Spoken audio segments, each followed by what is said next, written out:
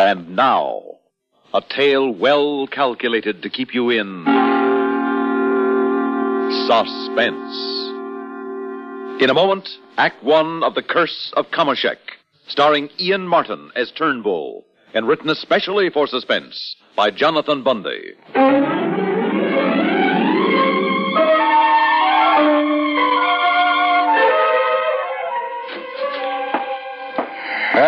Yes, what is it, Walden? I beg your pardon, Mr. Turnbull, but I thought you would like to know. Yes, well? Well, it's your nephew, sir, Mr. Donald Ransom. Oh, Lord. Yes, his car has just come into the driveway. It has, huh? Yes, sir. Now, what the devil does that impractical young wastrel want this time? But I'm sure I don't know, Mr. Turnbull. Well, I think I do. Yes, sir. I think he wants some more extra money from his inheritance to squander on that nonsensical research and experimentation he's been doing over at the university, on those ridiculous journeys to heaven knows where in search of heaven knows what. Yes, sir. Money.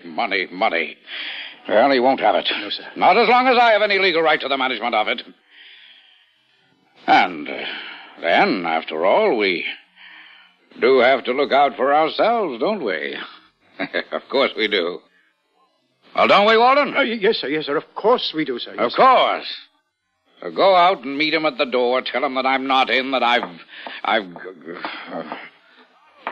Well, Donald, come in. Oh, here you are, Uncle Frederick. I thought I heard your voice in here. Hello, Walden. Mr. Donald? Well, I'm glad to see you, boy. You should come and visit with me more often. Sit down. Thank you, sir. That'll be all for now, Walden. If I need you, I'll ring. Yes, sir. Thank you, sir. Well, my boy, how are you? Feeling better than I've felt in a long time. Splendid. And then you look it, too. But, now what's on your mind? I've come to say goodbye, sir. You've come to... What was that? I've come to say goodbye to you. I'm about to leave on another expedition. You're what? Yes, sir. In just a few days now, I'll be leaving for Egypt. Egypt? Yes, sir. I see. Do you mind telling me why you think you ought to embark on another of these silly, expensive expeditions? Uncle, I've spent months now in reading and research at the museum, at the university, working with Horace Bracton. And who is Horace Bracton? Oh, he's the son of Mr. J. Harrison Bracton, the curator at the museum. What's more, he's one of the foremost students of Egyptology in this part of the country. Yes, I see. All right, very well. Go on. Uncle, I am now convinced that I can locate the tomb of the ancient pharaoh Kamoshek I. Oh, you are you? Yes, sir. I'd stake my life on it. You mean if I let you go? What? Donald, to put it bluntly, I'm fed up with your wasting your time on these stupid, pointless wanderings all over the face of the earth. And I mean completely pointless. That's not exactly the way the museum feels about them, Uncle. Nor several universities. Well, that's the way I feel about them. I'm sorry. What's more, you're wasting not only your time, but your money. The money that your poor father spent a whole lifetime struggling to accumulate. And not for any such nonsense as this. You can be quite sure of that. Father left me that money to spend in any way I might see fit. Oh, he did, huh? He certainly did. Provided, Donald. Provided that your handling of it meets with my approval. Don't you forget that. When you're 30 and the estate passes completely into your hands, if you live that long... Is that supposed to be a threat? Take it any way you like. When you're 30, when the money is yours alone, very well, you can do anything you like with it. But until then, don't you forget for 1 minute that I am legally in control of it. All of it. Well, you've opposed me in my plans for every one of my expeditions, haven't you? I certainly have, and I shall continue to do so. Do you mind telling me why? For your own good, that's why. Oh, I'm sure. Don't be sarcastic, Donald. Or is it your own good you're thinking of? It is not. It's simply because sooner or later, boy, you've got to realize your responsibility. Realize that as the wealthy heir of a wealthy family, it's up to you to carry on a tradition that's been set for you, whether you like it or not. To increase the fortune that has made your family name and reputation, to build even greater financial power. Not to waste it, throw it away. Do you call my contributions to science a waste of money? Science? Rot. What do you know about science? Now, look, Donald. Believe me, my boy, there's nothing selfish in my attitude in this matter. Oh, no. I am thinking only of you, Donald. Of your future. And above all, of the fine family name, the family honor that you alone are left to uphold, that you must uphold, if for no other reason than respect for the memory of your father. Well, my boy? Is that all, Uncle Frederick? Well, it depends on you. Are you going to give up this asinine plan? No. What do you mean, no? Now, you listen to me. Regardless of what you may say or think, I'm going to Egypt. I said you listen to me, young man. I made all my plans, obtained the sponsorship of the museum, thanks to Horace Brackton. Donald, I'm So if not... this tirade is simply because you thought I might want more of my inheritance, Uncle Frederick, well, you can stop worrying about it and right I tell now. you that you're not going on this ridiculous expedition. And I tell you that I am. There's nothing you can do or say that will stop me. Oh, there isn't, huh? No. Goodbye, Uncle Frederick. Why, you insufferable young imbecile. Sit down and listen to me. Sorry, I must go now. Sorry, huh? Well, you will be sorry. What's the matter with you? Have you lost your senses? I think I've finally come to my senses. Donald Ransom, have you forgotten that I am in a position to cut you off from your inheritance, cut you off entirely, if I wish to? I'm fully aware of that, Uncle Frederick. But if you think I care, you're entirely wrong. Goodbye, sir. Then, by heaven, I will cut you off. Well, you hear me? I hear you. So help me, Donald. I've tried to avoid this. Believe me, I have. I have shown more patience toward this arrogant behavior of yours than I thought I had. But your idiotic bullheadedness, your utter disregard for your responsibility for the importance of your family name and social status, in spite of all I've tried to do, well, by heaven, I will have you cut off without one single solitary... Wait a minute, I said! Where do you think you're going? Egypt! You'll be sorry, Donald. You don't know how sorry you'll be.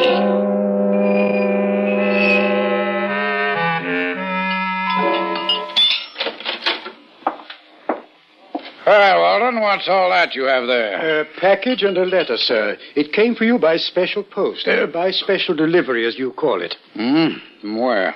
From Egypt, sir. Egypt? Well. I've been expecting a letter from him. 3 months now, isn't it, that he's been gone? Yes, sir. Yes, Walden, I knew very well that the money Donald had to beg for that stupid expedition would soon run out.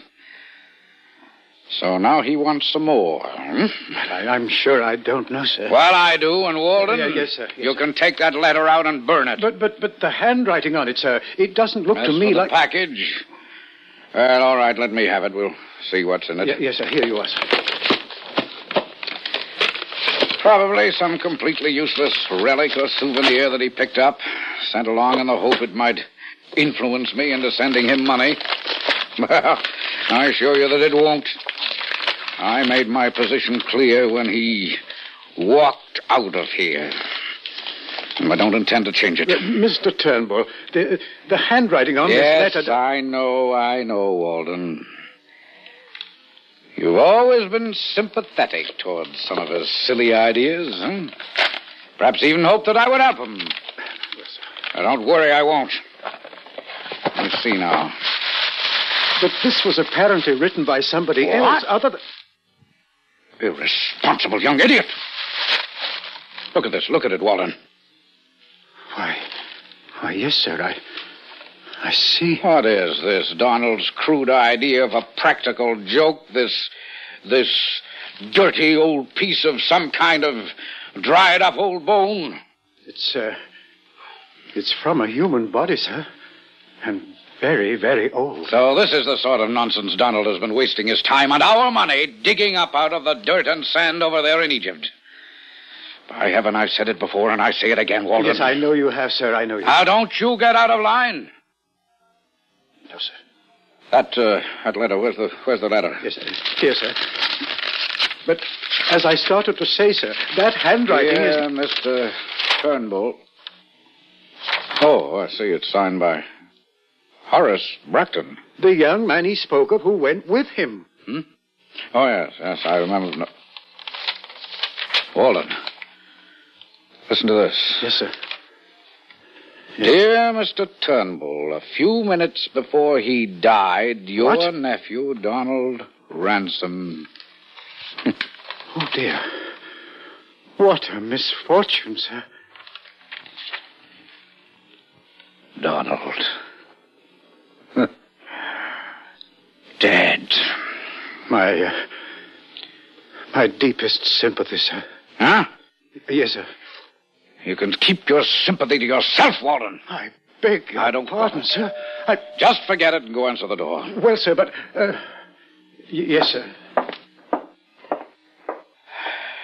I knew it. I knew I was right. And now, by heaven, this proves it. Now, let's see. Your nephew, Donald Ransom's last request was that I send you a section of the femoral bone from the skeleton of the pharaoh Kamoshek that he recovered from the tomb near the ancient city of Giza. As you no doubt have been informed, he died of some as yet completely Sir. Yes, what is it now? Your pardon, sir. Yes, Walden. Mr. Harrison Bracton, the father of the young man who sent the letter. Oh. All right, send him in. Yes, sir. Right in here, sir. Thank you. Come in, Mr. Bracton. Come in. Thank you, Mr. Turnbull. You, may as well sit down, I suppose. Thank you. And before we go any further, I must tell you how distressed I am about your nephew's death. Yes. Now, let's see. You're over at the museum, aren't you? Yes. I am the curator of osteology. Osteology. That's the study of bone, I believe. Yes. Well, and here, take a look at this. Even in his last moments, my recalcitrant nephew chose to mock me by sending me this bone. I know. From the remains of the pharaoh Kamoshek. It's most exciting, isn't it? Exciting? I'll be honest with you. It's why I came in the hope I might be allowed to see it. See it? Well, take it. It's yours for that stuffy museum you live in. But you mean it? Well, I certainly don't want it around here, do I? Oh, I see. Then you believe it, too. Believe in what? What are you talking about? The curse, Mr. Turnbull. The curse? Yes, that may have accounted for the strange death of your nephew, the curse of Kamoshek. Oh, you can't be serious, Bracton. You mean to sit here, you, a supposedly intelligent man, and... oh, no, I don't believe it. Have you forgotten what happened to the men who violated the tomb, who touched the remains of King Tutankhamun, knowing about the curse on them? Well, that's absurd, ridiculous. You really believe in such rubbish? I'm not sure. Well, I am. It's utter nonsense, superstition. So here, take this worthless piece of bone along with you and get out of here. No, I would hesitate to touch it, sir. Oh, you would, huh? Yes. Well, do you want it for that second-rate museum of yours? My second... Well, of course. All right, then, here. I'll bundle these papers around it for you. Here you are, now take it and leave. Mr. Turnbull. But to think that you, the curator of a museum, would fall for such trash is almost beyond belief. Go along now. No, wait, sir, I should have please. recognized you for the superstitious, doddering old fool you are the moment you stepped in here. Listen to now, me. Get out of here, before I lose my patience. Get along.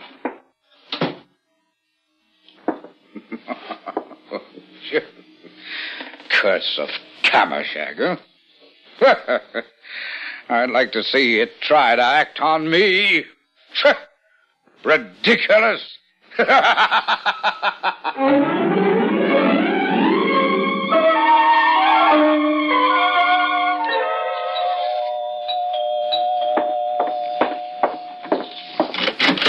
Yes? Mr. Turnbull, I must see him at once. Oh, Mr. Bracton, I believe. Yes, Harrison Bracton. I was here to see him only a few days ago. Take me into him. Where is he? Well, I'm sorry, sir, but I doubt if Mr. Turnbull is in this evening. He must be. He has to be. I must now, see wait, him sir, immediately. Please, wait. Please, sir. Get out of the way. I'll find him I myself. tell you, he isn't into anyone this evening. Please wait, sir. Please. What's going on around here? What's all the... Oh, you again? Yes, it's I, Mr. Turnbull. I must talk to you. Yes, so it would seem. Well? I'm terribly sorry, sir. I That's tried to it's stop all him. right, Walden. Thank you, sir. Well, what do you want this time, Mr. Bracton? Here. Take it. Take back this accursed thing. What? I told you when you insisted I'd take it along with me. I told you there was a curse on it. The curse of Kamoshek. Now it's proved itself. Oh, Bracton, have you been to see a psychiatrist lately? Please, don't jest about this, Mr. Turnbull. I told you I didn't want to actually touch this terrible thing, nor have I, nor will I. And now, after what I've seen it do to those who have touched it, I don't even want it near me. Oh, well, that sounds very intriguing, Bracton. Go on. But when I got it home, I placed it under a glass bell in one of the cabinets in my study. Very carefully, Mr. Turnbull, not actually touching it, not just using a pair of forceps. Oh, nonsense. That night, sir, it somehow forced its way out of the cabinet. The glass was broken into 1,000 pieces, yet no one was around who could possibly have touched it. Oh, no, The ridiculous. next morning, the housemaid, knowing nothing about the curse on it, picked it up in her fingers and placed it on a table. Well? Late that night, frantically running away from what she described as a living mummy, she fell headlong down the stairs leading from her room on the third floor. Now, Bracton, she is still in the hospital, Mr. Turnbull. And all because of this poor little bone. My. Listen to me. You must listen to me. Oh, I am listening. The doctor who attended her... Oh, why I did it, I shall never know. Well, it what? I let him take the bone with him to study it. In 2 days, Turnbull, that man, one of the finest in his profession, had to be committed to an institution as a raving maniac, babbling wildly about a phantom that pursued him, a phantom he described as looking like a mummy. Oh, now, wait a minute, Bracton. I've heard enough of this. Do you mean to tell me that a man of your so-called intelligence, that you can possibly take a thing like this seriously? That you can really believe a chunk of bone could have caused these things you've told me about? If they really did occur? It was you who inflicted this thing on us, Turnbull. And here, now you have it back. Bracton, I can only hope and pray that I may never see it again. You honestly believe that I tell you, sir, those things are incontrovertible proof of the curse it carries. And I tell you, sir, that you're nothing but a superstitious, doddering old fool. What's more, I'll prove it to you. Let me have the package. Here now. Wait a minute. What are you going to do? Turnbull! Well? Surely you don't intend to touch that bone. Why, I thought that's why you brought it here. So I could feel the curse of it, too. Yes, I did, because I was angry and upset. Very well, then. But you mustn't. Now, aren't you getting a little tired of being foolish about this thing? Please, I beg of you. There. Satisfied now? Look. Now, watch me. I'll even hold it in both my hands. Rub it against my face, my cheek. Heaven help you. Curse, did you say? Why, Bracton, you're crazy. Turnbull, you don't know what you're doing. You don't know. You bet I do, Bracton. I'm simply proving once and for all that the only people who are affected by these silly, stupid, childish superstitions are those who believe in them, and I don't. Now that you've seen me defy this so-called curse, you don't have any reason to either. And this will be the proof of it. You will touch it now. No. Here you are. No, please. I said you'll touch it. Don't take it away. Touch it. I beg of you. Will you stand still, you blithering... Stand still. No.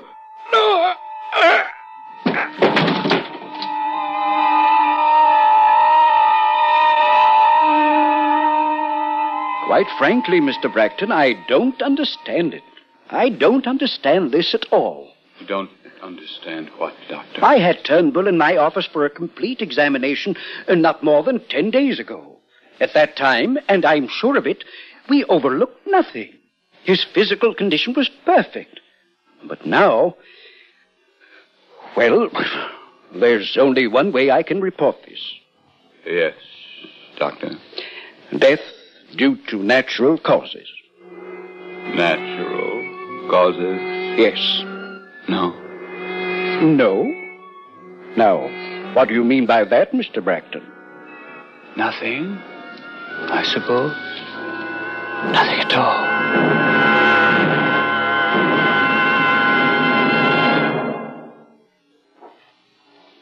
Suspense. You've been listening to The Curse of Kamoshek, starring Ian Martin as Turnbull, and written especially for Suspense by Jonathan Bundy.